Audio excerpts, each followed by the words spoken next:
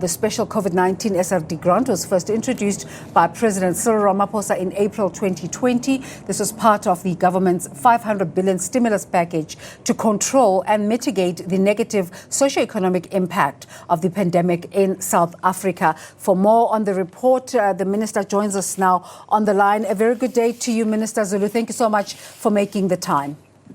Thank you very much for the opportunity. I am in Northern Cape on another program which is dealing with gender-based violence and also human trafficking. Thanks again for the time. And I don't know if you were listening to the conversation I was having just now with former Cabinet Minister, Mr. Jeff Radebe. And I was just asking him to reflect on the former President Thabo Mbeki and your role in efforts at mediation in Zimbabwe. Can you just indulge us a bit, Minister, and just take us into that conversation, your thoughts about what's happening in Swaziland, in Eswatini, and the prospects of success? Yes, absolutely. I think I'm very excited by the fact that President Cyril Ramaphosa is acting decisively on the matter and sending Comrade Jeff Radebe, a former minister in particular, and somebody that has a greater experience also in government itself, and somebody that has a historical background not only to the current situation but in the past. You know, Eswatini was also one of the places where, as liberation movements, we were housed by the Eswatini people. And also what Comrade Jeff Radebe is saying, or the envoy now, I must call him the envoy now, what the envoy is saying about us being one people, about finding a lasting solution and finding a resolution to the challenges. And of course, it's always about involving the people. And what I'm much more happy with from an experience in the past is the fact that there's going to be the conversation not only with the government, but there's also going to be a conversation with other stakeholders. Without the other stakeholders, it's very difficult to find peace. And I think stepping from a point of view of the fact that they're meeting with His Majesty, they're meeting with the government, and they're meeting with the people who are expressing their unhappiness about the political situation is a very good start as far as I'm concerned. Let's come back now to why we're having this conversation this morning. You launched that rapid response report. You say key amongst the findings is that the grant assisted to lift the populations that were adversely affected by COVID-19, especially 18 to 59-year-old cohort who have limited access to social assistance out of financial hardships. The report looked at the utilization, the non-utilization, the implementation and non-implementation of the grant. We asked our viewers this morning to engage with the conversation, and comment after comment is saying they were either rejected or were not able to connect with the grant. What positive findings did you get?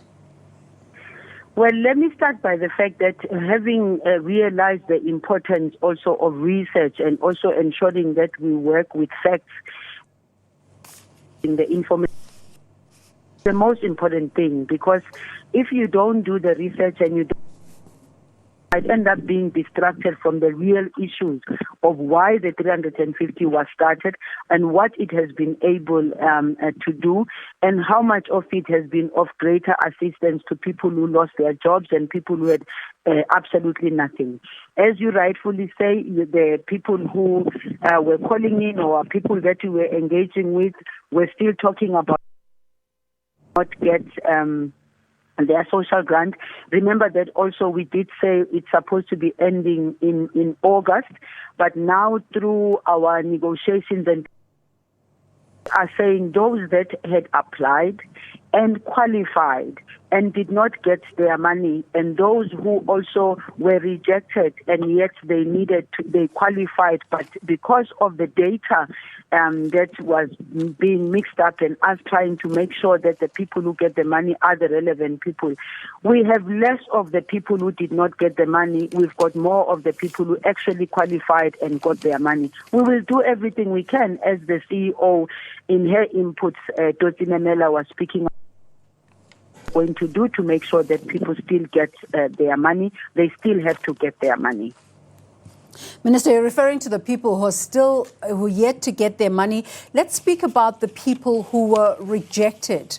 What was the criteria here? Because this is one of the things that keeps coming up as well.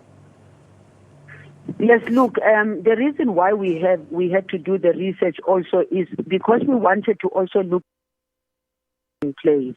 Remember that the 350, unlike all other grants that had been given an ample time to find a solution from a systems point of view, how do people apply, and the fact that in most instances,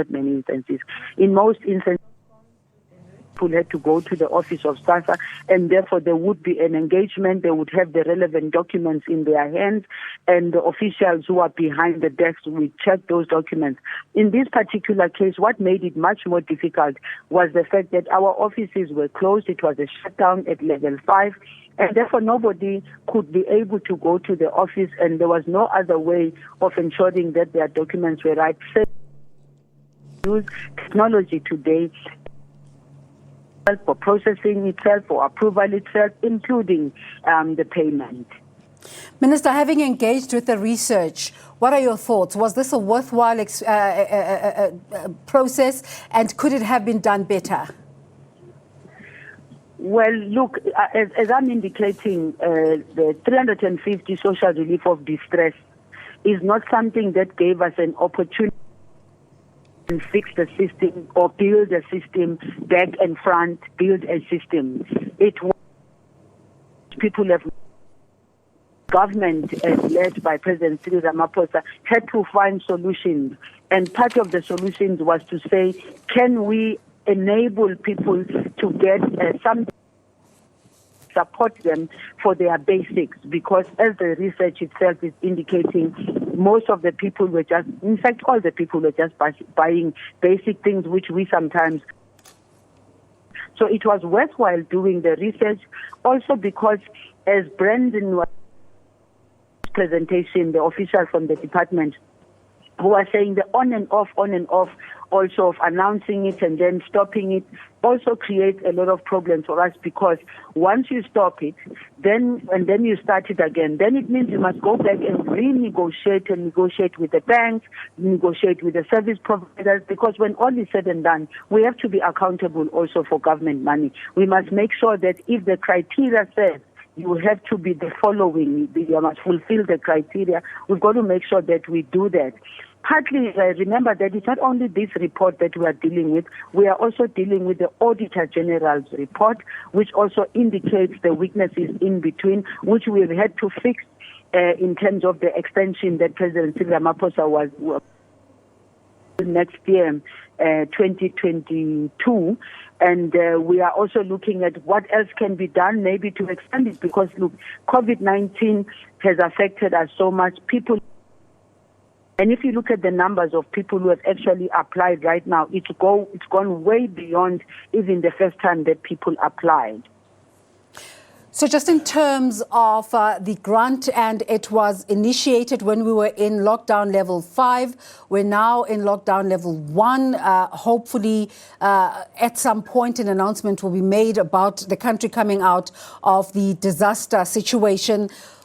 Just in terms of lessons learned and how government can treat people who are on grants going forward. This grant was necessary and was needed.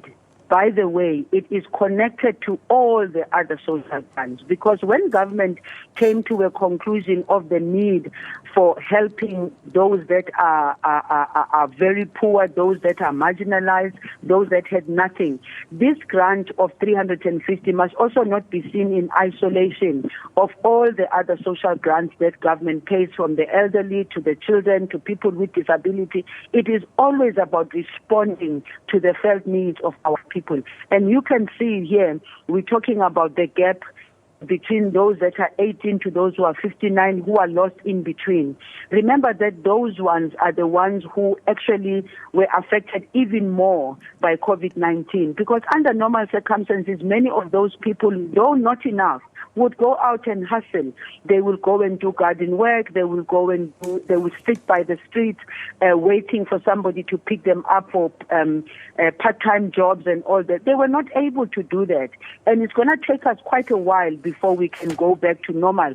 That is why the government decided that we must keep changing the level so that we can go back to life and livelihoods.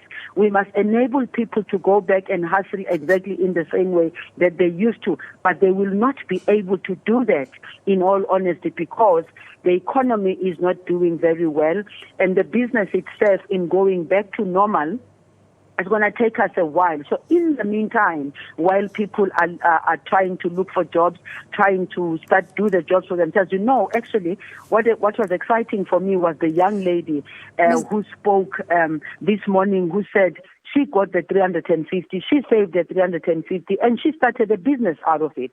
And my view as a Minister of Social Development is that we must be appreciated as a department, not only looking at the consumption side of this. We really thank you. What else? Minister, we really thank you for your time. The time for our show has ended, but thank you so much for making the time to speak to us. Minister of Social Development, Lindiwe Zulu.